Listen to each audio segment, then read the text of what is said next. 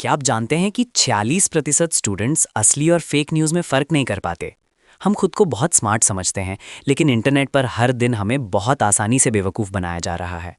आप हर दिन अपनी बहस हार रहे हैं, स्कैम्स का शिकार हो रहे हैं और गलत फैसले ले रहे हैं, सिर्फ इसीलिए क्योंकि आपको दो साधारण शब्दों का असली मतलब नहीं पता, प्रेमिस और conclusion. Welcome to the dark reality of logic. आज हम डिकोड करेंगे असली तर्क क्या है और कैसे नेता और मीडिया आपके दिमाग से खेलते हैं। इसे अंत तक जरूर देखना, क्योंकि आखिरी रूल आपकी सोच बदल देगा।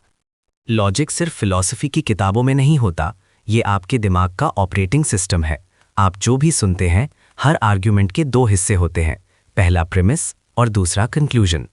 प्रेमिस क्या है? आसान भाषा में प्रेमिस किसी भी बात की नींव या वो सबूत है जिस पर दावा टिका होता है। जैसे बाहर तेज बारिश हो रही है, ये एक प्रेमिस है, एक फैक्ट। अब आते हैं कंक्लूजन पर। ये वो नतीजा है जो प्रेमिस के आधार पर निकाला जाता है। बाहर बारिश हो रही है, प्रेमिस, इसलिए तुम्हें छाता लेकर जाना चाहिए, कंक्लूजन। ये बहुत लॉजिकल लगता है, राइट? लेकिन दुनिया के 99% लोग यहीं सबसे बड़ी गलती करते हैं। लोग बिना प्रेमिस चेक किए सीधा कंक्लूजन पर रिएक्ट कर देते हैं, या ऐसे प्रेमिस को सच मान लेते हैं जिसका कंक्लूजन से कोई कनेक्शन ही नहीं होता। इसे मार्केटिंग के उदाहरण से समझते हैं। एक सुपरस्टार टीवी पर कहता है, मैं एक सफल एक्टर हूं, प्रेमिस 1, मैं ये वाला परफ्यूम लगाता हूं, प्रेमिस 2, इसीलिए इसे लगाने से आप भी सफल बनेंगे, कंक्लूजन। क्या इस बात का कोई सेंस है? बिल्कुल नहीं। प्रीमाइस शायद सच हो, लेकिन क्या उस परफ्यूम का आपकी सफलता से कोई संबंध है? इसे नॉन सेक्विटर कहते हैं, जब नतीजे का सबूतों से कोई मेल ना हो। यहाँ स्लिपरी स्लोप फैलेसी यूज होती है।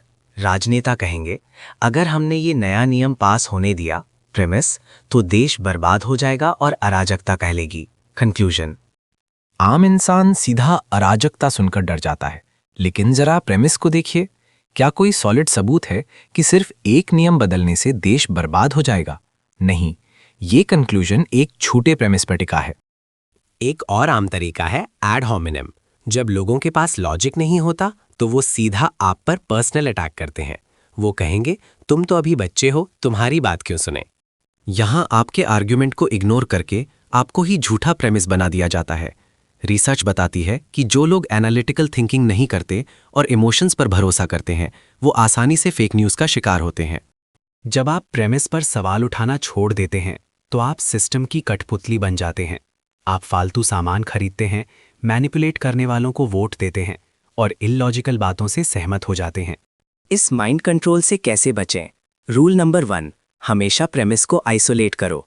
जब भी कोई बड़ी बात कहे तो खुद से पूछो, इस बात का बेस क्या है और क्या ये बेस फैक्ट्स पर आधारित है। रूल नंबर 2, हमेशा उनके बीच का कनेक्शन चेक करो।